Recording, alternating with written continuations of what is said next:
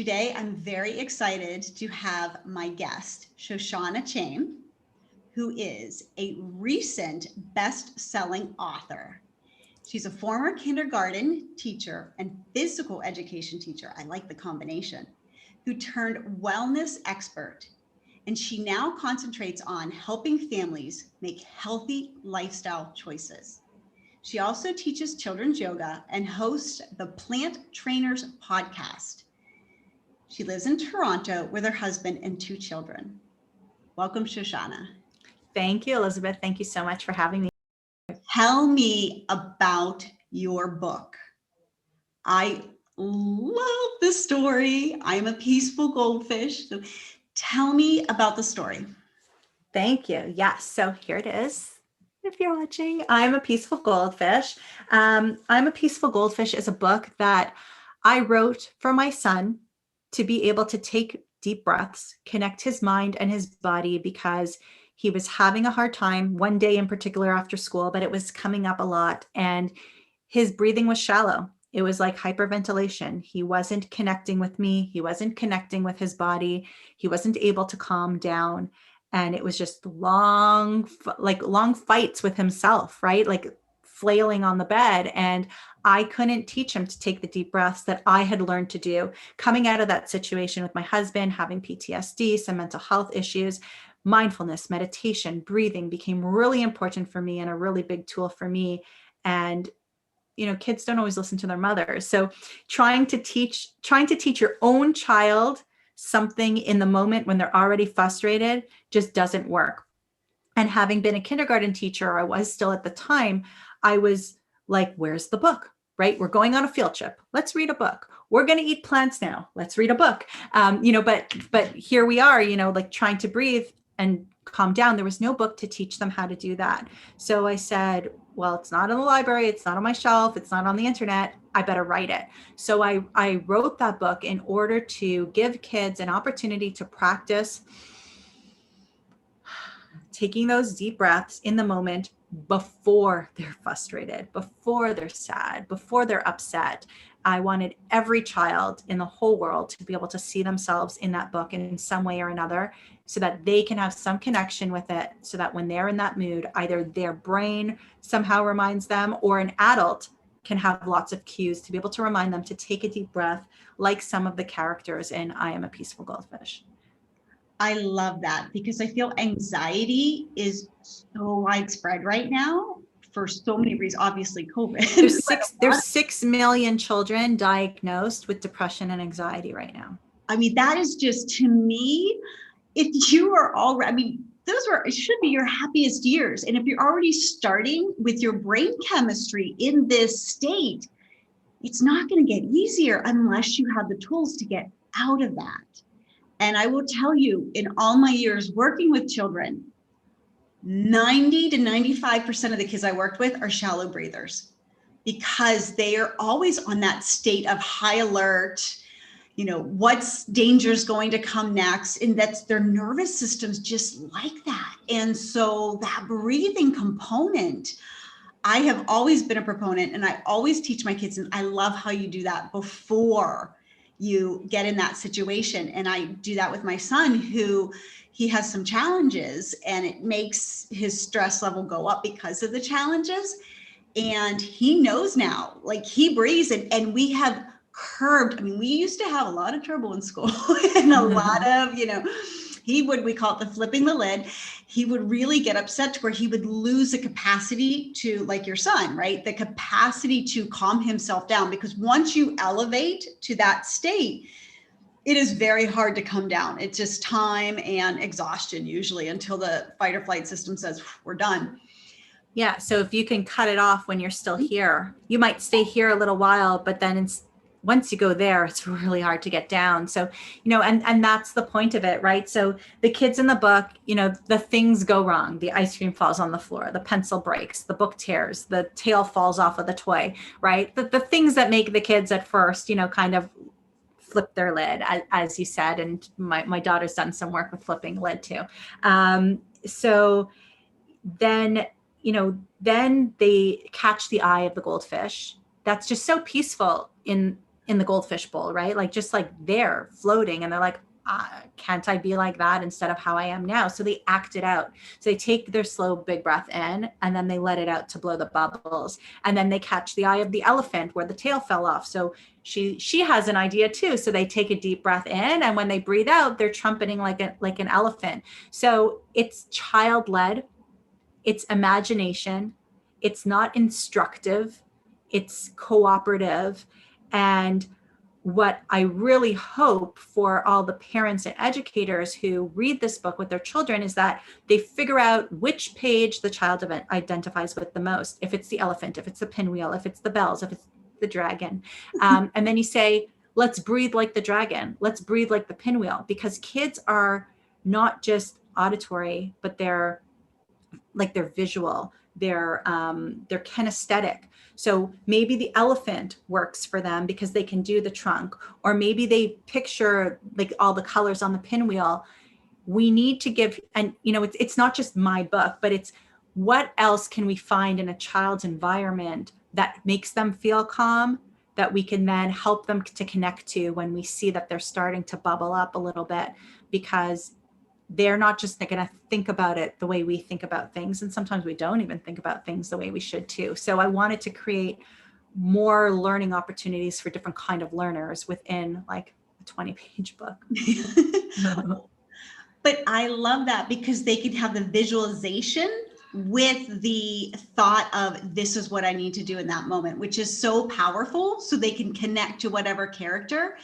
And I love that you're teaching this now, because these are things we should have learned in school, learning how to deal with those challenges, because life is going to have challenges. It is the way it is. And to have those tools early on, I really like that. And I don't know if you even realize with the elephant, when you did this, I'm certified in a program called Brain Gym. And that is one of the movements, the elephant in the Brain Gym. And it really has a kinesthetic component to it. Do you know Brain Gym, or did you just? So I'm actually certified 101 in Brain Gym, but it was when I was living in Hong Kong. So it was 14 years ago. So I don't remember the elephant one. I remember maybe it was like more of a sweeping, anyway. But like I remember a lot of the crisscross. I'll do this all the time, and I'll be like, oh, I should have drank water first. So I don't use it on a regular basis, but just kind of being in phys ed and kindergarten and having the Brain Gym and having a couple of other certifications that I've done over the years, things become mishmash in my brain and they kind of just become my own. Yeah, I understand. No, but I love that because when you said that, and I was picturing all the different levels where kids can incorporate that. That is great. Thank you. Now, the breathing, and I think parents, we need that too. That is one of the things. And like I said before with my son, we haven't had an episode from school in, I can't tell you how long, because he learned to do the breathing and he stops and he does it throughout the day. So this is priceless. And to have a book where they can get into, because kids will choose what they decide. If we tell them, forget it. But if they pick it up, that's why I love how you have it in the story version, because then it clicks, then they pick it up and it's their choice to do it, which I love. Exactly. And a lot of the schools are picking up on this, and a lot of the parents are picking up on this. And I always say to the school, the parents really need to know. And I always say to the parents, the school really needs to know, because the other thing I find is there's a big disconnect between mommy's expectations, daddy's expectations, grandma's expectations, babysitter's expectations, and teacher's expectations. And maybe teachers teaching a lot of great things, and maybe parents are teaching a lot of great things. But if it can be the same thing throughout, then the child can have even more benefit from it there. So I think that parent-teacher connection needs to be communicated there too, because then they don't have to learn different expectations for different places, and they can have the same vocabulary, which is less confusing, especially for younger children, or especially for children that are having developmental or learning issues moving forward. We really need to simplify so that they can spend their energy and time learning some of the other skills as well. I love that you pointed that out. When my son was 4 or 5 and he was going into a new school, the school used conscious discipline as their method for, handling challenges. And I went and they encouraged parents to pursue this. So we were all using the same form of discipline. And I really like that because it does make a difference. It's so confusing going back and forth. So thank you for pointing that out. No problem. Now, as far as you working with families, like tell me what you do with families when you work with them, and what are some of the challenges they're working through when they come to you? So usually who ends up kind of knocking on the door are people who have tried a lot of things already and haven't really gotten results yet, right? Or haven't, or say, I've only gotten this far. I want to get a little bit further. And what is it like in weight loss or health? Like where's it's really everything within health. At this point, it's a lot of, I don't know what else to do besides medication, and I don't want to go on the medication, or I'm already on the medication, but I want to reduce it as much as possible, or I want to be able to come off of it. So what can you offer, right? I believe that there is a time and a place for medication. I think that it saves lives. I think that there's a lot of people who, I think we said before, we don't know what we don't know, right? So I think that there are people who don't know, but if we can avoid side effects, if we could change our lifestyle, if we could figure out what the root cause is, if we can detox things from the body, if we can maybe use products that are helping in the same way, but aren't contributing more toxicity to the body. It's like we're getting good, but we're getting toxic at the same time. And then the body needs to concentrate on that. So, anything from diet to tapping exercises to meditation to sometimes I just audit people's diets or audit people's lives. Like they'll show me what 5 days in the life of this family looks like. And I'll be like, here's where we can make a little bit of tweaks, or here's a product that can really help, or let's take this out and put this in, or great, we want to leave the fish in the diet. That's fine. But how do we start to teach the kids to like the texture and the flavor of lentils? Right. So it's very individual for each family, for each person. And, sometimes, like I said, it's a quick audit and here's a couple of changes to make, come back in 3 months, let's make a few more. Sometimes it's a complete overhaul. And sometimes it just, here's the one thing that's going to really impact you right now.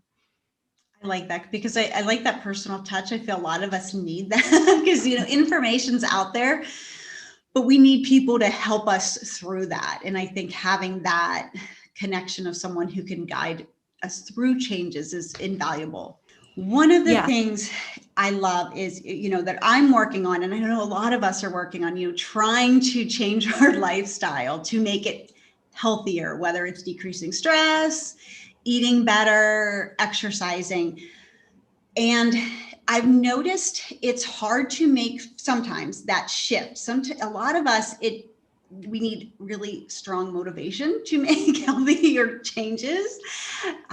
And so tell me, what motivated you? Because I'm sure, this has been a journey, and now that you're a wellness expert, how did you start on this path of really looking at your own wellness and then helping others to achieve their wellness? So I guess the path really started when I was a kid. I played outside like most of us did in the 80s and 90s, right? Like I played outside and I did all those things. And my parents took me to skating lessons, but I wasn't like an athlete as a kid, or it wasn't like super important to me. And then in high school, I started playing basketball. And as I left high school, I'm like, oh, I have nothing to do now. So I got into martial arts and working out at the gym. So that's really when I started getting into it for myself. And then when my son was born, in Canada, we have mat leave, which is beautiful and wonderful, but I was a little bit bored. So I'm like, oh, I'll become a personal trainer. I was already kindergarten and phys ed teacher. So it worked. But then what really happened was when I was pregnant with my second 11 years ago, my husband had a pain in his chest, and we were told that he had a tumor and heart disease and possibly another another genetic disease, and that the chances of him living past 40 were quite small, and that there was a possibility that if we didn't operate within the next week, that he might not even be there for the birth of my daughter. So that's kind of how my daughter's life got started, being inside me with all of this stress going on. And it was really scary. It ended up being a benign tumor. After 9 months later, we found out that he didn't have that genetic disease, but he still had the heart disease. So he decided to look into our lifestyle and say, what are we doing that this is happening? We're personal trainers. We're both phys ed and school teachers. We're not gaining the 2 to 3 pounds a year like all of our friends are. We don't eat in restaurants and, heavy foods very, very often. So why is this happening inside of his body and maybe mine? And we're not seeing it with everybody else. And that's when he found a plant-based lifestyle.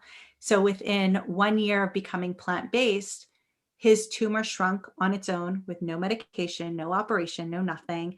And his heart disease was completely gone. And that's kind of when we said, this is for real. This is for good. We're never going back.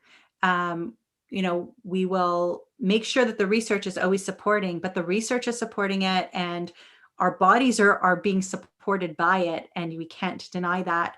And that's kind of when we said, now's the time to get all the nutrition information, get all the nutrition certifications, and start just spreading the word and helping other people. And that's where the Plant Trainers podcast was born from, just to be able to get the word out to other people, because we only know what we know. We only are exposed to what we're exposed to. So we really wanted to give people the information, the education, and the tools should they choose to move forward with any degree of a plant-based lifestyle. I will say I started the journey of learning more about food as medicine to help, my children. I wanted to help them increase their immune system, be healthier, and my kids never get sick. And so I really do feel a lot of it is because of the nutrients they're getting. And it's not just, I think a lot of people miss out the component. It's not about not eating meat. It's all of the additional things you are getting from the fruits, the vegetables, the nuts that our bodies need. Now, for those like myself who has a husband who's a carnivore, and they're trying to go plant-based, is there any information you can give those people to kind of go start the journey with going plant-based? Yeah, of course. So I guess the first thing is just recognize, like I do with all of my clients, I meet people where they are. And, I've got more tools than just nutrition, more tools than just personal training, right? Like there's so much more that I do, but each individual is on their own journey. And just because you're a family unit, it doesn't mean that everybody's on that same journey at that same time. And be respectful. Don't ruin a relationship because of nutrition, because that ruins your relationship, but also the negativity that's going on impacts your health, impacts your food. If you're thinking about how upset you are with your husband or your wife while you're filling up the water jug, well, guess what?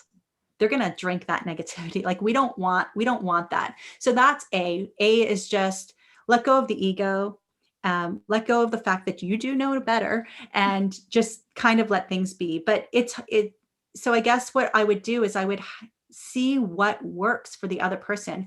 Adam was plant-based. My husband was plant-based before I was, and Forks Over Knives had come out after. But as soon as it came out, he had me watch Forks Over Knives on Netflix. I don't believe it's on Netflix anymore. You can buy it online. I think I don't know when you're putting this out, but it's been free this month in May. And so there's ways to get your hands on that. But I saw that and I read the China study, and I read Prevent and Reverse Heart Disease by Dr. Caldwell Esselstyn. And it wasn't until I found a book called Skinny Bees. I don't know how clean or not you want it to be, but Skinny Bitches. And that book spoke to me. It was a girlfriend talking to a girlfriend, and it wasn't just about food. It was about the toothpaste that you use and the creams that you use. And I was like, yeah, well, why am I, putting extra stress on my body, putting extra oxidative stress, putting extra chemicals into my body, instead of my body dealing with all, like healing all the cells that it could heal? every day going to war with everything I'm putting into my body. So I'm like, goodbye meat. So you might need to quietly and gently introduce them to many different things, because one thing will speak to one person and one thing will speak to another, and find a way to teach other people in the house to eat more plants. I'm not saying take away all the chicken. I'm not saying take away all the fish. The more foods you could get them used to eating, eventually when you do take away some of those foods, at least they'll have food left to eat. And, make a whole bunch of chicken, marinate it, freeze it, and concentrate on the plant, on the healthy plant food every day. And then just, take the animal product out of the freezer and grill it. It's no problem, bing, bang, done. It doesn't take up your time. So you could still concentrate on fruits, vegetables, nuts, seeds, legumes, lentils, beans, all those good things. I was surprised. So I don't know if you know that about me, but before we moved to Talon, I lived in Ottawa, Canada for 3 years. Yes, I knew that. Yeah. Okay. And when my son was doing his project for the food plate, I don't know, in America, we call it the food, we used to call it the food pyramid. And I was so amazed that meat was not on there. So that was new. That was brand new. We call it the food guide, right? It's been everything. It's been a rainbow. It's been a pyramid. It's been a just like square. I don't know, but we always just call it the food guide. But a couple of years ago, there were lots of people, animal justice, there were a lot of people lobbying towards changing the food guide, and Canada looked at the research, really took it seriously. Dr. Jenkins was behind it. So many great people were behind it. And they did change the food guide. So now it's more like a third, like a third grains, a third protein, and a third fruits and vegetables kind of thing, or half, it depends. Anyway, it depends if you're looking at Canada or States, but what the protein area, 3 out of the 5 proteins that are there, they're representing plant-based proteins, right? So there's that the plant-based is really outweighing the animal products at this point. The research is showing time and time and time again that obesity, cancer, heart disease, all of these things are stemming from eating way too many animal products. And they changed it. And there was a lot of pushback from the meat and dairy industry, a lot of pushback, and a lot of recipes still contain meat and dairy, surprisingly, but I know it's because they were trying to make them a little bit happier. And it's baby steps for everybody too. But yeah, when you first look at that food guide, it's very plant-based, very plant heavy. And I'm very proud that Canada recognized the science and was able to make that change. I loved that. I was thinking of something and now I lost it, because I was really in how you, one thing that got me, and I love it, it happens every year, is the food revolution, where they have all the speakers for 1 week. And it's amazing when you start digging into the information. You can't deny the information. It is really impactful with food. Yeah, thank you. And then, sometimes it's even simpler than, working with me individually. Like I have a picky eater program that kind of teaches the parents how to teach the children, or teaches the parents the right behavior, so the children will start to pick up on other foods. Or sometimes it's just meal planning. So I have a meal planning mastery program where they just need to download the PDFs, watch the videos, learn how to meal plan for a week, and then you've learned how to meal plan for life. So sometimes it doesn't have to be such a dramatic change or so expensive, or working one-on-one. Sometimes it's really simple. And once you feel good about one thing, it's easy to make some other changes on your own too. I think I will probably contact you about the meal planning, because that is one thing that is so challenging for me, and it would make my life so much easier to have a plan each week. I love how you're addressing picky eating, because so many of the families I work with are dealing with that challenge of kids that are very picky eaters. And, I think a lot of parents forget that, one, we need to be exposed to something 10 times the taste, the texture before before our palate and our mouth gets used to that. Sometimes we're just tired and we just, it's whatever's easy. So I like that you are addressing that because, it's from my kids, it was so important that they try everything, whether they like it or not, at least try it. And so that's, So we're kind of integrating the picky eater and the meal planning at the same time. As you talk, I'm thinking, okay, well, if you're just tired and you just want something easy, then do the easy thing on the day that you're most tired. And on the day where you know you have energy, that's the time to spend your energy cooking a new thing, but also introducing a new thing to your family too. So don't do it on the night where you've only got the half an hour before you need to get out to baseball because you just came home from work and all those things. That's not the night to be introducing these new things to your kids, because your energy is going to be up here and their energy is going to be over there, and it's not going to work. But my kids with tofu, and you don't have to eat tofu, don't get me wrong, you don't have to eat tofu, but it was something my husband and I liked, and we really wanted the kids to be able to eat it. So I steamed it and I grilled it and I marinated it and I breaded it and I thised it and I batted it. And they were like, nope, nope, nope, nope, nope, nope. It must have been time number 10 or 11 or something like that. And I made it like French fries. And I didn't deep fry it or anything. Like, I baked them. And my son was like, what's this? And I'm like, oh, it's a new kind of French fry. He's like, okay, French fries, I like those. I'm like, dip it in ketchup. So he likes ketchup. He dipped it in ketchup and he ate it. And my husband and I are looking at each other going, yes, yes. But try not to show the emotion, right? And that's part of what I teach. Don't show the emotion that you're upset that they're not eating anything. And don't show too much emotion that you're excited, because then they're going to expect that every time, or they're going to catch on that like you trick them or whatever it is. But yeah, so from that day on, he ate it. He ate it steamed. He ate it marinated. He ate it breaded. And the little one followed along too, although she doesn't like ketchup. But yeah, the point is had I made it the French fries the first time, he wouldn't have necessarily liked it and eaten it the first time. And had I not made the French fries the 11th or 12th time, then maybe my kids still wouldn't be eating French fry, wouldn't be eating tofu today, because maybe I would have given up.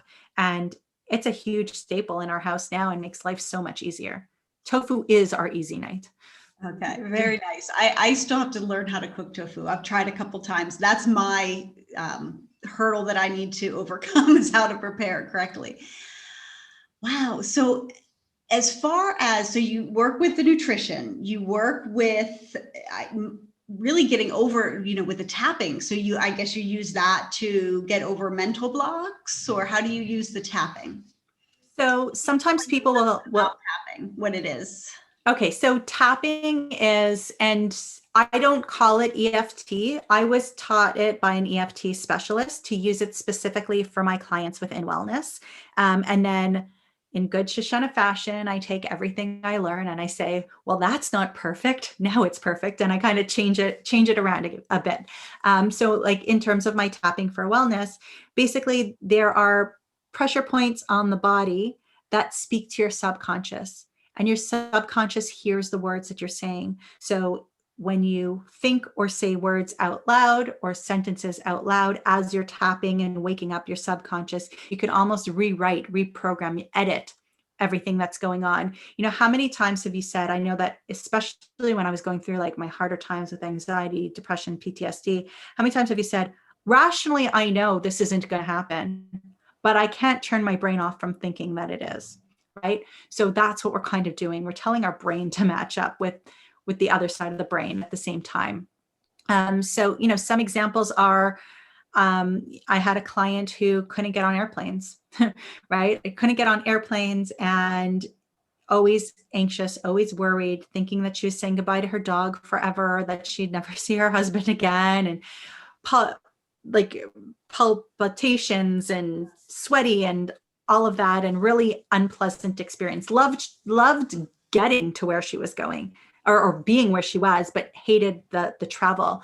And we tapped and tapped and tapped, and she felt better. We took her from like an 8 or 9 out of 10 anxiety level to like a 2 or a 3. I watched her, because we were in the airport together and both going on separate flights. And I watched her walk right onto that flight. And she was like, she never had that problem again.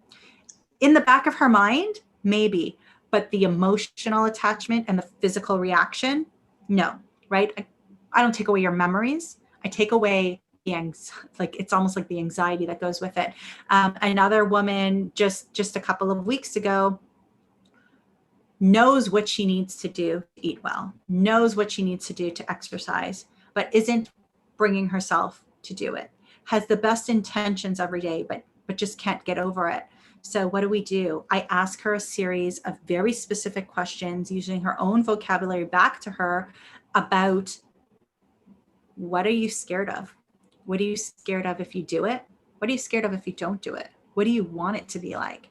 And putting that together in the Tapping for Wellness series, so that she could then, next time she intends to put on her running shoes to take the kids to the park and actually walk to the park, that happens, right? And again, doesn't take away, like, it makes it easier to say no to the part of her body that's saying, I don't want to go, right? So it looks a little bit different for everyone. My kids, my son being really anxious about going to school and being with other kids in the class who aren't wearing masks during lunchtime or aren't wearing masks during recess, that was really hard for him at the beginning of the year. He never wanted to tap, and I'll call it rubbies for kids. Like, we'll rub the area instead of tap. And he actually asked for it. So, like, these are the things that I've been able to help people with. So sometimes it's about, letting that block kind of filter away.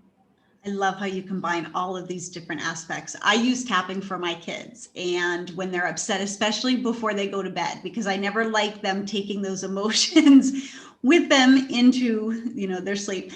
And I love it. They love it because they know the feeling. And so if they're upset about something, we always get it down. And it's because they see that immediate effect, they're more prone to do it. I mean, so yeah, we use it all the time in our house. Do you ever ask them what color they see? No, I've always just counted. So ask them what color they see. Yeah, like they should still give you a number out of 10, like how severe this feels, but say, is there a color that you attach with that? And it's gonna be red or dark purple or black, right? And then you're gonna tap, and they're gonna say, oh, it's a 5 now. And you're going to say, and what color do you associate with it? Well, if it's purple, it's going to be blue. And if it's red, it's going to be orange. And then you're going to tap again, and it'll go down to like the 2 or the 3, right? And then it's going to be, it's going to be like, oh, it's sky blue, or it's going to be, like yellow. And the colors are going to come down to warmer colors. And it's a great way for some kids, again, to connect in their own way, because maybe they're not numerical, right? So we can feel through color, and we could see color. So that can help some kids who aren't connecting with it as much to see how things have changed, so that they trust you to do it again. I like that. Yeah. Let me know how that goes. Yeah, I really like that, because I do feel colors are so impactful. I actually worked with several children who saw in colors. They actually, when I was yellow, my kids, one was blue, one was green, and that was their favorite colors, which was so interesting that he picked up on that. But yeah, no, I love that. And now for those people who are listening that maybe haven't been exposed to tapping, it is definitely something I would encourage to work with Shoshana, because it does make a difference. And I love how you combine it all. Now, you also have a podcast, the Plant Trainers podcast. So what is the podcast about? So the podcast is basically helping people improve their quality of life through plant-based nutrition and fitness. So, having been personal trainers, my husband's a high school phys ed teacher.